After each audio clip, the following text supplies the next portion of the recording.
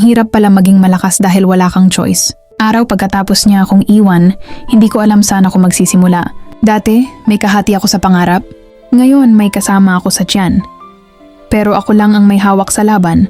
Maaga akong nagising kahit halos hindi ako nakatulog. Umuugong pa sa tenga ko yung boses ni Rowan. Hindi ko kaya yan. Parang bawat syllable may dalang latay sa dibdib ko. Pero hindi ako pwedeng matulog sa sakit. May baby sa loob ko. May buhay na umaasa sa tibok ng puso ko. Nagbukas ako ng notebook, pangarap naming dalawa dati. Ngayon plano ko na lang. Sinulat ko, aral, trabaho, iipon, ibigay ang buhay na deserve ng anak ko. Tumayo ako kahit nangihina. Huminga ng malalim, pinahidluha.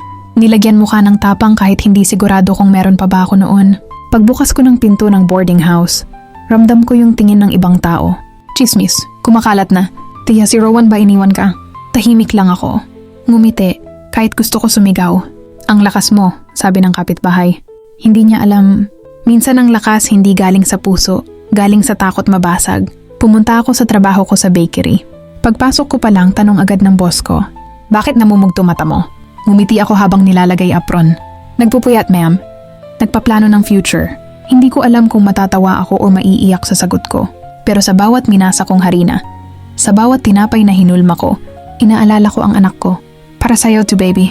Pero hindi rin lahat ng araw mabait. Sa hapon biglang sumakit tiyan ko. Kinabahan ako. Hinawakan ko yung tiyan ko, nanginginig. Lord, wag po ngayon. Sana po okay kami. Inalalayan ako ng kasamahang si Liza. Thea, pahinga ka muna. Ikaw lang yan, wag mo pilitin. Pero ngumiti ako kahit nangingilid luha. Kailangan ko to, Liza. May pinaglalaban ako. Umalis ako maaga. Hindi dahil sumuko ako, kundi dahil natuto akong protektahan yung mahalagang may buhay sa loob ko. Pag uwi ko, nakita ko ang sarili ko sa salamin. Medyo magamata ko, pawis, pagod. Pero may kakaiba. May apoy. Parang bawat sakit, nagiging gasolina. Hinawakan ko tiyan ko at bulong. Hindi kita hahayaang maramdaman na hindi ka gusto sa mundong to.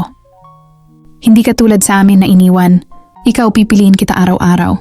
Tumululuha ko pero iba na ang lasa. Hindi na puro sakit. May halong tapang na. Sa gabi bago ako matulog nagdasal ulit ako. Lord, hindi ko po alam paano. Pero alam ko bakit.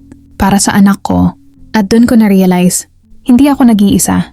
Meron akong nilalang sa loob ko na nagbibigay ng lakas na mas malakas pa kaysa pag-ibig na nawala. At nang pumikit ako, isang pangako ulit, babalik ako, hindi para ipakita sa kanya kung ano na ako, kundi para patunayan sa sarili ko na kaya ko kahit iniwan ako.